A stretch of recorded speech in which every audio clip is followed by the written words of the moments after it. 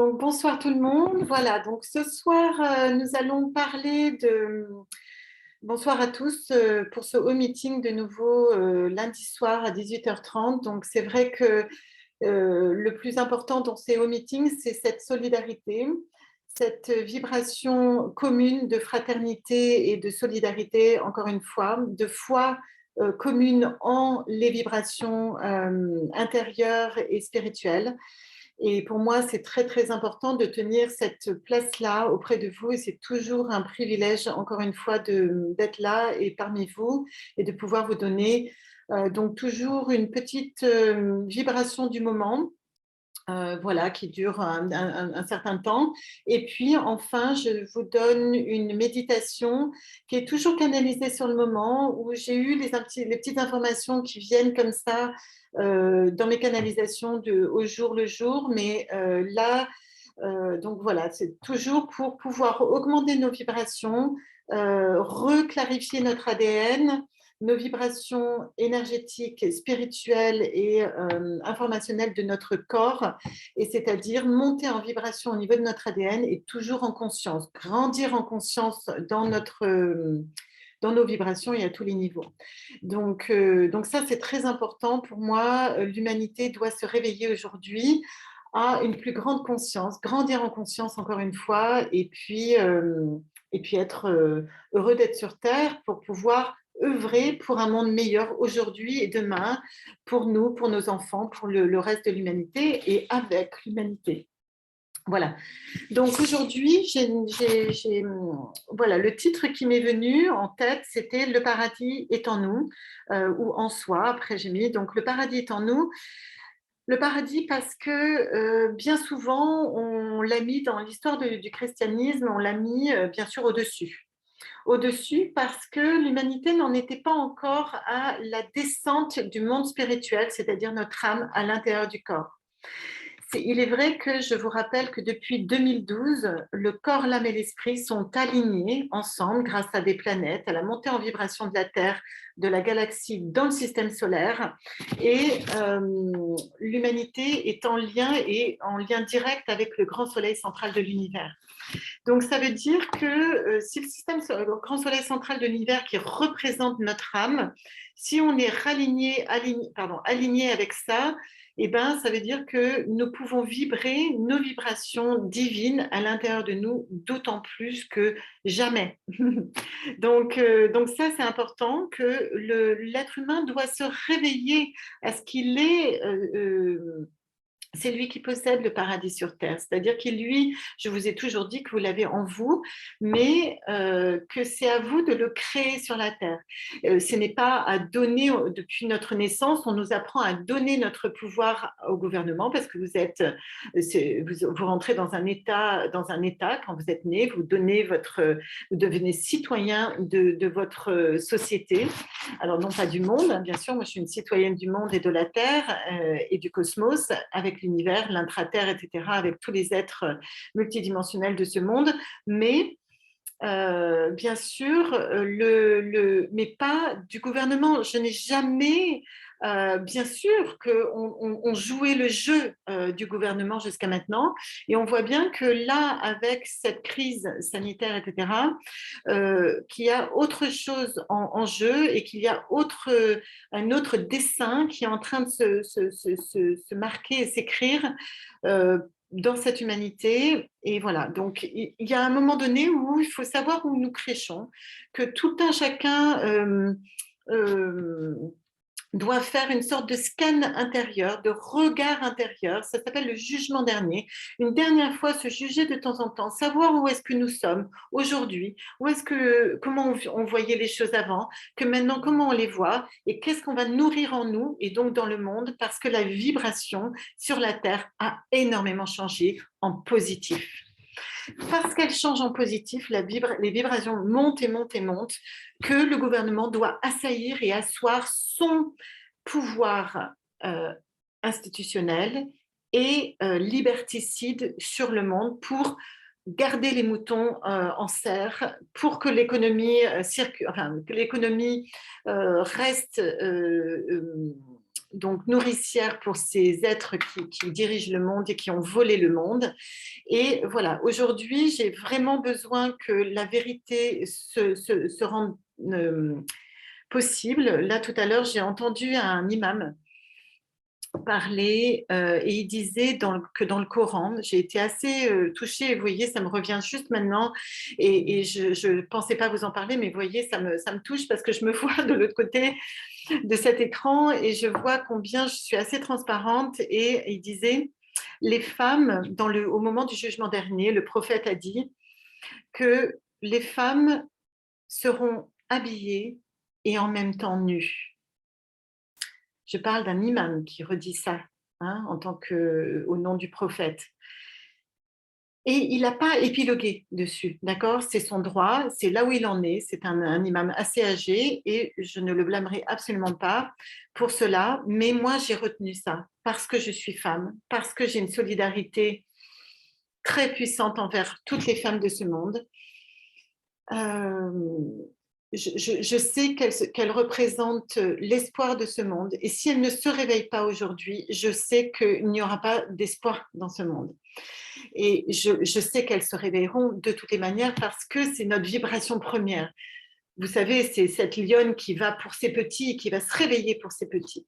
Et lorsque ses petits sont en danger, elle va venir, elle va bondir. Moi, je me suis pas reconnue plusieurs fois dans ma vie face à mes enfants, pour mes enfants, voilà. Donc, lorsque l'amour est en danger, lorsque les valeurs de la femme sont en danger, eh ben, elle va bondir. Donc, qu'est-ce que ça veut dire? La femme sera habillée, mais en fait nue. Moi, j'ai trouvé ça assez beau parce que pour moi, ce que j'ai vu, c'est elle sera nue de sa personne, c'est-à-dire qu'elle s'ouvrira, son cœur s'ouvrira telle qu'elle est. Et l'Esprit Saint descendra. Pour moi, l'Esprit Saint, j'ai toujours compris euh, acquis aussi par rapport aux connaissances que j'ai acquises en connaissances d'Égypte ancienne, etc., que l'Esprit Saint, c'était la vibration du féminin. Mais il n'y a pas, personne épilogue. Pourquoi? Parce que j'ai été enseignée par des hommes. Et je ne sais pas comment un homme, un peu comme un homme qui pourrait m'accoucher, moi j'ai accouché à la maison, mais aucun homme m'a accouché. J'avais une sage-femme qui m'a accouché à la maison. Mais en quoi l'homme peut-il m'accoucher mieux que moi-même? Déjà, moi, je vous pose la question.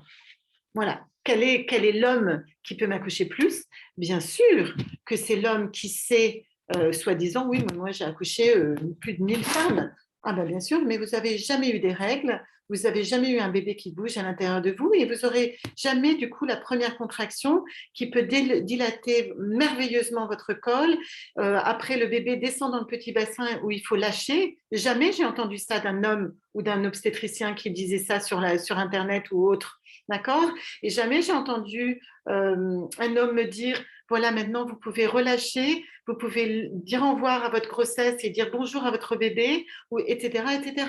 Jamais j'ai entendu faire passer ça de manière avec amour et révérence, je dirais, accueillir un bébé au monde. Enfin, voilà, il y a un endroit où, voilà, la femme doit se mettre à nu, effectivement, dans sa beauté et dans sa lumière. Et ça, c'est très important. Donc voilà, donc le paradis est en nous, n'est-ce pas? Et dans vos convictions et dans vos forces, c'est à l'intérieur, d'accord? C'est à l'intérieur. Et un jour, je reparlerai sur ce masculin et ce féminin, et je vais devoir dire les choses correctement, même si vous m'avez souvent entendu les dire, mais le masculin et le féminin sacré est vraiment important ensemble. Donc le temps du jugement a sonné, et le pèlerin doit se réveiller. Celui qui a des yeux pour voir sera réveillé et pourra avancer. Celui qui est endormi suivra l'ombre ou la fausse lumière, pour ne pas nommer autre chose, dans les ténèbres avec les moutons et le bétail. La vibration de la vérité a sonné et le jour de l'homme nouveau est arrivé. Il est important que nous comprenions que c'est en nous que le paradis existe. Le paradis, c'est les forces, la joie, la vie, les petits bonheurs, les bonheurs, l'amour, l'abondance, la foi, l'humanité, la fraternité, le lien que tout un chacun peut avoir en lui, ce lien enfin, que personne, en fait, la séparation n'existe pas. Rappelez-vous que le mot séparation, le mot diable, ça veut dire séparation. Le diable, quand on l'a mis dans le christianisme, c'était pour différencier les choses. Il y avait l'ombre et la lumière, le paradis et l'enfer. Aujourd'hui, on revient dans un monde unifié où le corps, l'âme et l'esprit sont alignés. Il va falloir pouvoir monter demain en vibration et en conscience. Et si nous n'avons pas conscience de qui nous sommes, d'où nous venons et vers quoi nous tendons, je ne sais pas ce qu'on va pouvoir construire aujourd'hui sur cette terre. La distance sociale est un espace qui est rempli d'ombre, non évolué, et que l'humain doit reconquérir. Elle est mise en lumière des choses insupportables, les ténèbres. Nous sommes de droit divin. Nous devons accepter notre humanité, à savoir si quelqu'un est malade, nous devons le visiter, nous devons le nourrir, l'aider, lui donner secours. Il s'agit de votre vision de vous, de l'humanité, de ce que vous laissez sur cette terre. La foi en l'être humain, en vous, est la seule qui doit être privilégiée dans ces temps sombres de l'humanité, qui n'est rien d'autre que la révélation de la réalité de l'histoire de l'homme, telle qu'elle fut et telle qu'elle est. Il est très dur de se réveiller à cette réalité. Il est très dur de se réveiller à ce que des êtres qui se sont ombragés ont pris le dessus de l'humanité et le manipulent. Simplement, vous devez vous poser une question. Qui je suis, qui j'ai été, qui je suis et qu'est-ce que je veux devenir? Qui êtes-vous? Qui pensez-vous que vous soyez aujourd'hui? Êtes-vous un être humain, une femme, un homme, avec un cœur, une conscience de qui il est, de qu'est-ce qu'il donne, d'où il est venu? Même si vous avez été un mécréant autrefois, on vous pardonne. C'est sûr que la miséricorde est très féminine, mais l'homme doit maintenant se réveiller à son féminin. Je parle de l'homme avec un petit H, c'est-à-dire le masculin, doit se réveiller à son masculin sacré. Et la mère de Jésus, qui était Marie, nous a laissé ce drap bleu foncé sur cette terre de miséricorde, de pardon pour l'humanité. Donc, l'histoire de l'homme, c'est effectivement, ça n'est pas sa faute, la manipulation vient là. On vous a dit que vous étiez, on vous a raconté dans l'histoire karmique de votre monde, et je dois nommer Lucifer, qui est le maître du karma, vous a raconté que vous étiez un loup pour l'homme. L'homme est un loup pour l'homme. Vous étiez votre propre bourreau. Vous étiez votre propre sauveur, donc une victime, donc un bourreau, donc un sauveur, etc., etc. Vous devez sortir de cet enfermement, de cet enfer tout court. Pour sortir de cet enfer, vous devez vous retrouver votre responsabilité. Responsabilité d'homme et de femme, d'être humain sur la terre. Nous devons tout un chacun nous réveiller à cette réalité. Afin que nous... Et la seule manière de le faire, c'est de se repentir pour certains. Si vous pensez être dans quelque chose de sombre, encore dans vos vibrations parfois, ou dans votre intuition par d'autres fois, vous avez l'impression que vous ne vous aimez pas à cet endroit-là, Ça arrive à tout le monde, ça m'arrive, ça arrive à tout le monde, à tout un chacun sur cette terre. Il est dit dans le jugement dernier que vous allez être jugé pour la dernière fois. Vous vous jugerez pour la dernière fois. Il faut vous dire, OK, j'ai fait ceci, et vous repentir. Se repentir, c'est une action consciente envers soi-même, de pardon envers soi-même. Faites-le pour vous et pour l'humanité, pour vos descendants, pour vos ascendants et descendants. Voilà, se repentir pour nos choix, pour nos choix anciens et la réalité de nos choix présents. Quelle est votre nouvelle réalité aujourd'hui, je vous demande? Qu'est-ce que vous voulez nourrir aujourd'hui dans votre vie? Quel est ce réveil que vous voulez porter en vous et dans l'humanité? Parce que vous vous réveillez, l'autre va se réveiller. Parce que vous reprenez cette solidarité envers les enfants et les femmes et les êtres humains, vous allez voir que l'humanité va suivre. Refaites le lien en vous et le lien que vous faites, vous le retrouvez dans votre réalité. Vous êtes votre propre paradis. L'amour ou la guerre, la peur, la prise de pouvoir, liberticide, d'un état enfermant, d'une prison dorée parfois, parfois sombre, où l'amour d'un côté, la liberté, la joie, l'entraide, la fraternité, la créativité, être son propre créateur sur la terre. Reprenons nos droits, nos vibrations premières. Le temps à venir pourront être bien sombres peut-être, sans la foi, ni la joie, ni l'amour, en l'humanité, en soi, en l'autre.